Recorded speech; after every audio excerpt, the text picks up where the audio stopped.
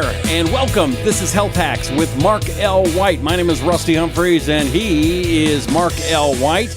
And Mark, as always, you've got great guests here on the program. Who do we have this week, and what is your topic, and what is your health hack for the week?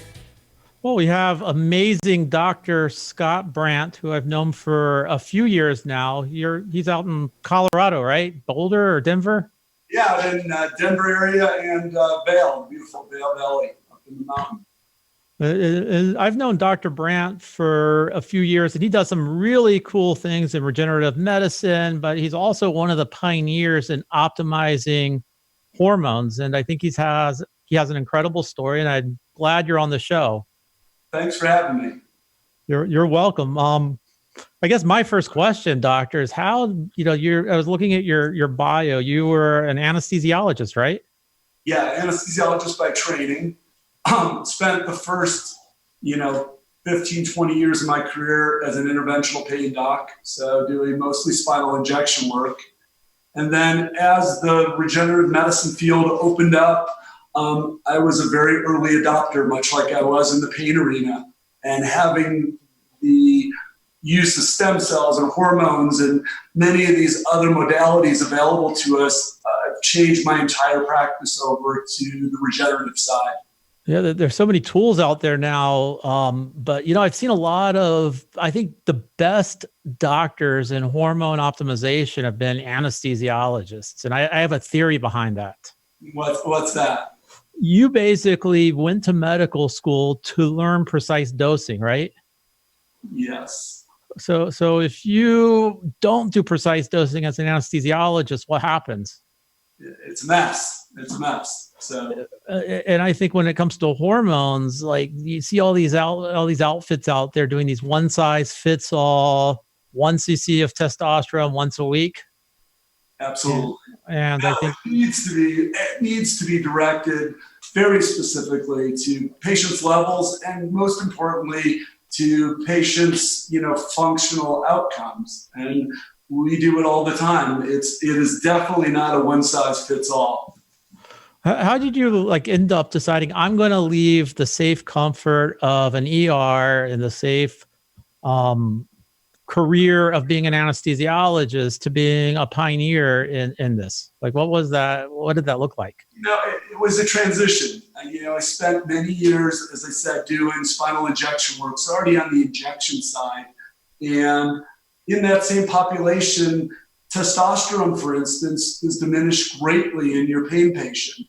And by treating those patients, I learned, years ago that you get an enormous decrease in testosterone in these patients, and by treating it, they get better. So that was one door that opened. And, we were always injecting steroid or whatever drugs to try to achieve the task. And when the stem cell, as an adult stem cell, became available for injection, it was just one more transition. So as the ball rolled, the pieces came together. Yeah. So with testosterone, I think everybody's first thought with testosterone isn't that steroids? Isn't that what athletes do? Right. It has a bad name from its doping connotation. Yeah. I think it was interesting. I was watching Netflix. You've probably heard this before, right? Yeah. I was watching Netflix and you had a guest role in probably one of the best documentary series I've ever seen. Yeah. I never thought that I would be able to say that I was in an Academy Award-winning movie as a physician. So What was the movie, Mark? It was the Icarus Deception, wasn't it? Or the Icarus. Yeah. The Icarus Deception. Yeah. And it was really well done, and it was a story that started out when we started making that movie. The whole point was to dispel some of the rumors about hormone use and to show many of the positives that hormones have in the general population. And as time went on and guests were starting to be interviewed and they stumbled across, Grigory from Russia, the story went all the way a different direction. So I went from having a huge part in a little tiny documentary to having a tiny part in an enormous documentary. What do they say? It's better to have a small slice of a giant pizza than like a tiny, the whole little pie or whatever. But I thought that was cool. You did great in that. Well, thank you. Thank you. You did great. But with testosterone, like, what do you look for? Tell me, like, why would a guy like Rusty or myself, why would we even need testosterone? Well, it's almost impossible to get to 40 and certainly 50 without a dramatic decrease in your testosterone levels. So every guy's, and women, but every guy's levels fall off dramatically from 30s, 40s, 50s. And that fall off, what comes with that is a whole bunch of sensation, and that you're less likely to be able to put on lean body mass, your endurance goes down, you feel sluggish, your sense of well-being or just feeling good starts to diminish. There are so many of your day-to-day feelings tied to testosterone that it's a miracle to me that everybody over the age of 40 isn't being treated with it. A few years ago, I met a urologist when we were doing some hormone optimization here, maybe 15 years ago. And I told him that we were optimizing testosterone in men over 40. And his first response is, why would you do that if your body's natural level is producing less and less? Why optimize it? Why mess with Mother Nature? Right. And it's the same sort of thing that's gone on. Like, we used to die off at 40, so there was no reason to mess with it. Now we're living, productive lives into our 80s, 90s, 100s. It's one of the fountain of youth pieces. Having a good high testosterone not only makes people feel better, but prevents many of the diseases of aging, the Alzheimer's disease, heart disease, high blood pressure. Many of those things are dramatically improved by being on a good dose of testosterone. Now, if somebody wants to get on testosterone, I know they have to do blood work. What are you looking for? Are you looking for free testosterone, total testosterone? What's important? Well, they're both important. The most important piece is the free testosterone, the testosterone that's not bound to protein, the unbound fraction.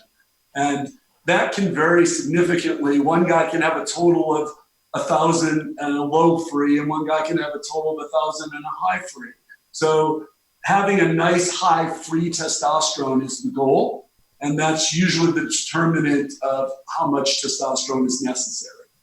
Now, you have, like, when people think of testosterone, their first thought is, if I take external testosterone, aren't my balls going to shrink?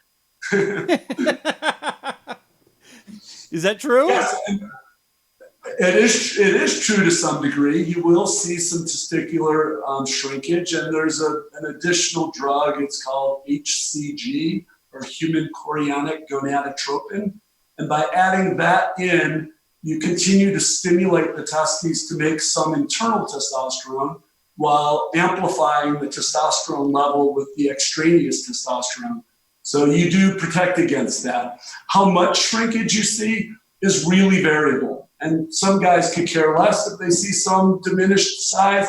Other guys really care. But there is an absolute answer to preventing that. Do you think, like, the bad rap that testosterone gets is because people don't do this through doctors?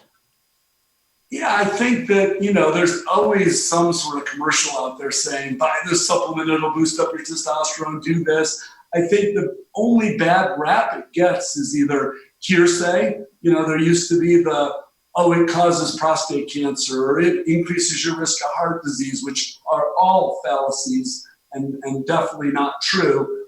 And some of the rap of it not being helpful, I think, is certainly management, that it's not being delivered at the right dose, the right timing, so that they're getting the best possible optimization. Now, how does it differ between testosterone and, say, an anabolic steroid like nandrolone, decanate, or Winstrol? Yeah, the hormone that we use, testosterone, when we say bioidentical, it's the exact same hormone structure as your body would naturally make. So kind of like putting a square peg in a square hole. It does just what your internal testosterone would do. Those other drugs, the anabolic steroids, cause a numerous, side effects that go along with it that lead to liver damage and all the other horrible outcomes that come from them. And that's absolutely never the case with testosterone. By the way, testosterone. Do you get a lot of guys though that abuse steroids, say in their teens or 20s, and they get to their 30s, they just don't produce anymore? I don't know. It's probably out there. I don't see a lot of it. My patient population, I see a ton of active aging athletes. I live in Colorado, probably the healthiest place in the universe. So I don't see a lot of that, to be honest. Well, what else are they doing besides the testosterone? What else are they taking with the testosterone? I've heard, everybody's heard about peptides now and growth hormone. What's your view on growth hormone? I think growth hormone is a wonderful addition. I think that, the peptides, have revolutionized the world a little bit, in that it's made the use of something that boosts up your human growth hormone a lot cheaper and more natural. For people that don't know, the peptides are analogs or cause your body to make and release more of its own human growth hormone. And to me, that's driving the system from the left to the right. It's moving the ball forward. And I think it's a great addition to the regimen. Increasing human growth hormone, helps to increase, again, lean body mass, keep your bones strong, keeps your mood intact. There's nothing bad that comes from a good high HGH. Do you see a lot of guys taking growth hormone with testosterone, or is it generally one or the other? Or do you start with testosterone and move to growth hormone? It's usually, in my world, the perfect world, it's kind of like good soup. Good soup isn't just salt. It's not just pepper. It's a variety of things at the right concentration. So we often use, at least in the male population, not only testosterone and HGH. Oftentimes they'll get some supplemental DHEA, pregnenolone, and thyroid. All of that together at the right dosing makes people not only feel better, perform better, but from a long-term health standpoint, live longer. Okay, so when people take testosterone, and I guess you hear about creams, you hear about the pellets, and of course there's injections. Is there the best way to take testosterone? You can't do it with a pill, can you? No, the women can take it by a pill, believe it or not, because in males, if you take it by a pill, that dose is so high that it can cause liver damage or liver dysfunction. So guys have the opportunity to take it either topically as a cream, by injection, or by pellet or implantable little seeds that are long-acting. And to me, the best way to take it is whatever way you're going to be consistently taking it. I have guys that if you didn't put pellets in them, they would never remember to do it. I've got guys that are fastidious, and a cream, which really should be taken twice a day, they'll never miss a dose.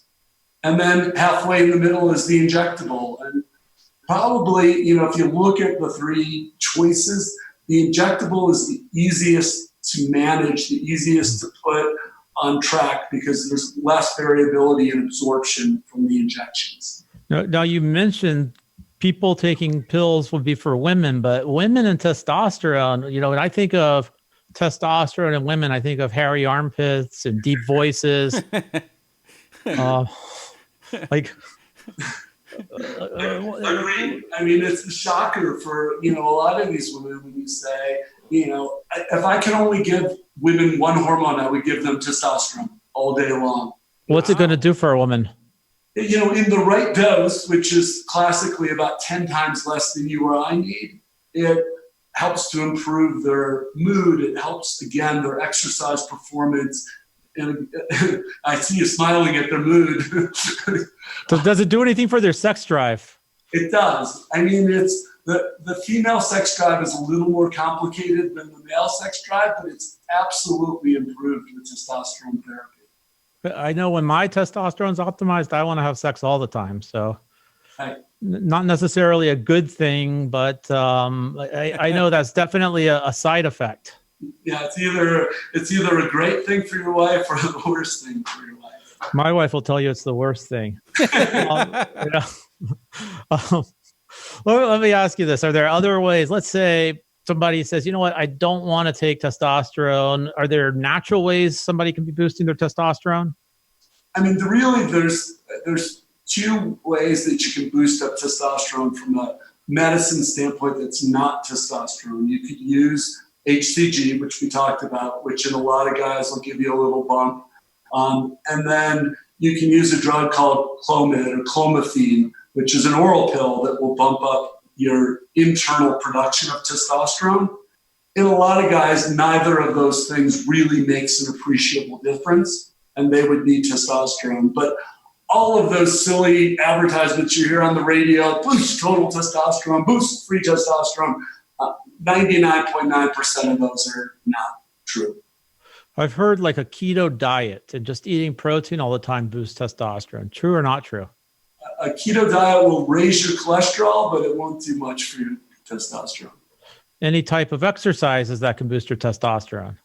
I mean, there are eating right and keeping, your fat off will free up more testosterone. So you can lower your protein binding such that you do get a higher percentage free, but none of those things across the board, diet, exercise, I mean, they're all good pieces of the equation, but as a standalone, they're not going to raise your testosterone any appreciable amount.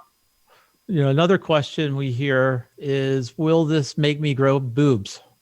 Have you heard that before? I think they call it bitch tits. There you go. You can get a little bit of gynecomastia. That's the real word for bitch tits.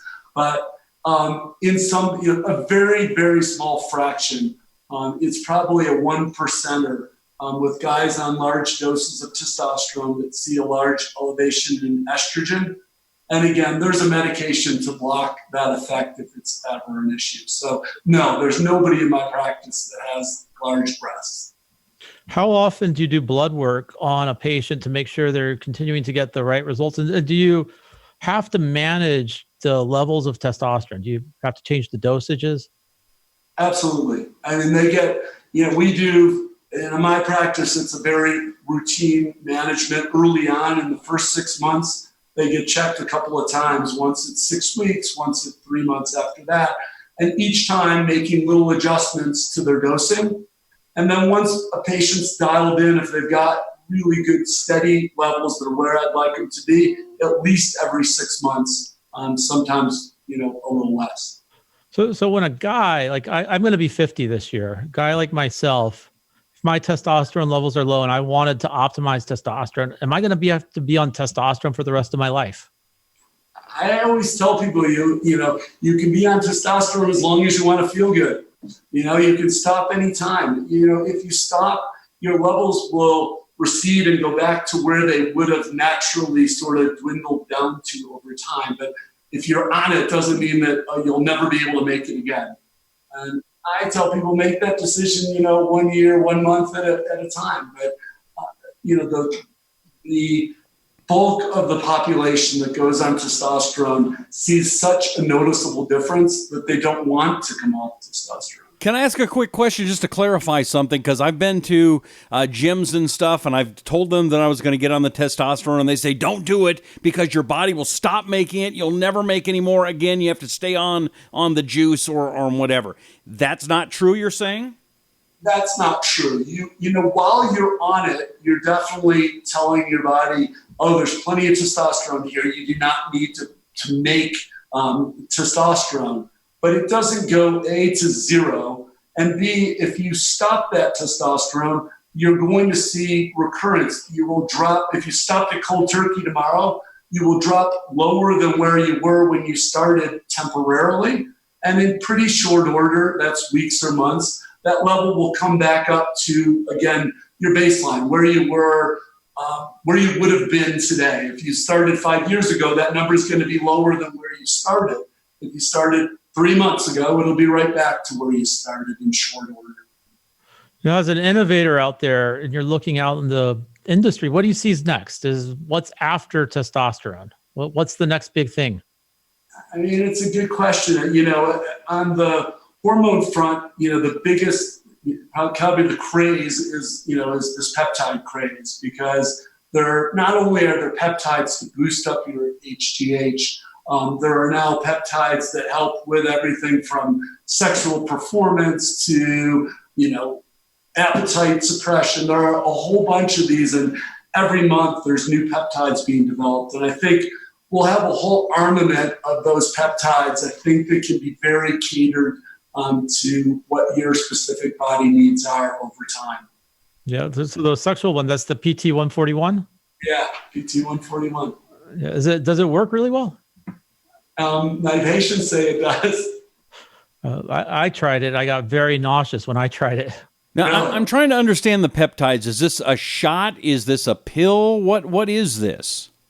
Most of the peptides are shots, kind of like insulin, just a little subcutaneous shot. Some of the peptides are capable of being taken orally, but again, they're stimulators for the most part, stimulators to help your body produce things. And then some of them are like molecules of molecules that are in your body that are already doing things. So how often would I take a peptide? And are these pretty new? I've never really heard of them before. I know I'm a doctor, but not really out there. They're new-ish. I mean, they've been around for at least 5 years, but we're into the third and fourth generation of these peptides, and they're little short protein chains that resemble a molecule that help your body make very specific functions. And they're really ingenious in that,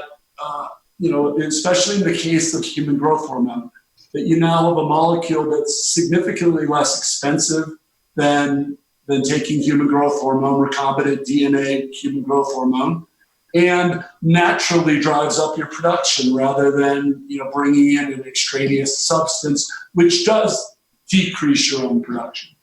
Is there blood work that you do for peptides or anything that you look for when you're prescribing peptides? Well, absolutely, for the peptides that are concerned with human growth hormone. So we're still looking at the markers of your human growth hormone numbers. The most common one to look at is a chemical called IGF-1, or insulin growth factor 1. That's the most stable compound that human growth hormone is broken down into, and an easy measurement of what your human growth hormone levels look like. Now, what should a guy 50 years old, what should his IGF-1 levels be? Well, ideally, they'll be at over 200. In a perfect world, they'll be 250 to 300. Uh-huh. And most guys will roll in, I see a lot of uber fit athletes in Vail, ex-World Cup skiers, pro baseball players. Some of these guys will come in with human growth hormone numbers just from their natural daily workouts that are above 250. But the majority of 50-year-old guys will be sub 150. Really? When you're sub 150, what's going on with the body there? It's aging, just like testosterone, just like the other pieces. As you get older, you make less of these hormones. It's human growth hormone diminishes as you get older. So sometimes nothing's going on other than the fact that you're getting old and you're not doing anything about it. Now, one question that I've heard, and I'd like for you to just talk about, is does growth hormone cause cancer? Right, and it doesn't. And there's a black box warning that if you had a cancer and you took human growth hormone, the potential exists for that cancer to increase or grow out of control. There's never been a case of that happening. If human growth hormone caused cancer, we'd have this massive outbreak. I mean, how many clinics are there where you are that deal with testosterone and HGH? I mean, we would have a massive increase in. If human growth hormone caused cancer, then teenagers would have the highest rate of cancer because they have the highest rate of growth hormone. That is true. Much like prostate cancer and testosterone. If it caused prostate cancer, you'd have prostate cancer in the 20s, not in the 70s. When your clients come see you, what are the questions, what are the top questions they're asking? What are they most worried about when getting on any type of hormone therapy?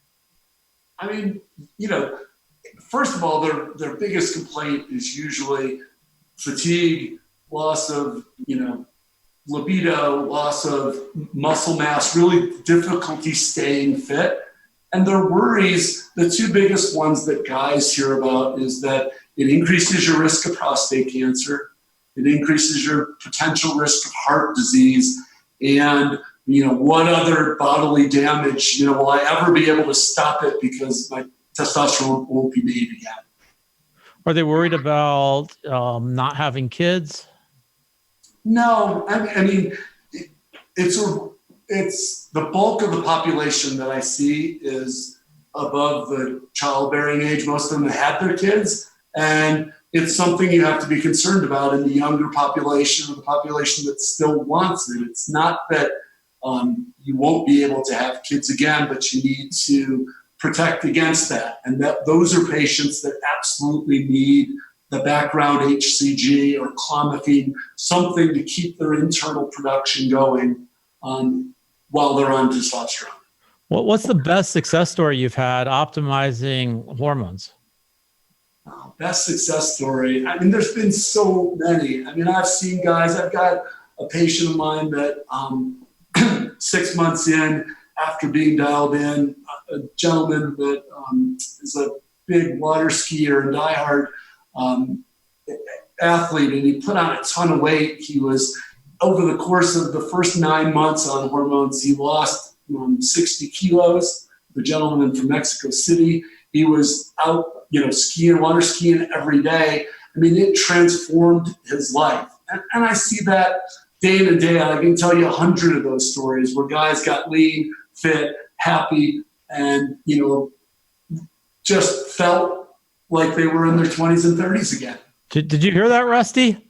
Yeah, I'm very impressed. It's time. I probably need to go up there and see what I can do, because I'm getting fat.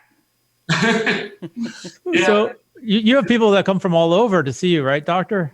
We do. We have patients that fly in from all over the country, especially for our stem cell and regenerative therapies. But we've got a whole bunch of patients. The Vail area is a huge second homeowners area. So I've got patients all over the country, and for that matter, all over the world. Skiing, sex, and hormones. I love it.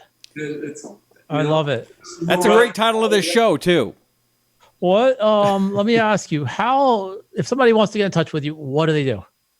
Well, most people in this day and age, look us up on the internet for starters. We're thrivemdclinic.com, or they give us a call. Our number in the office. Do you want that one? What we'll do is we'll put everything in the description. We'll have a link to your website. I really appreciate the time, doctor.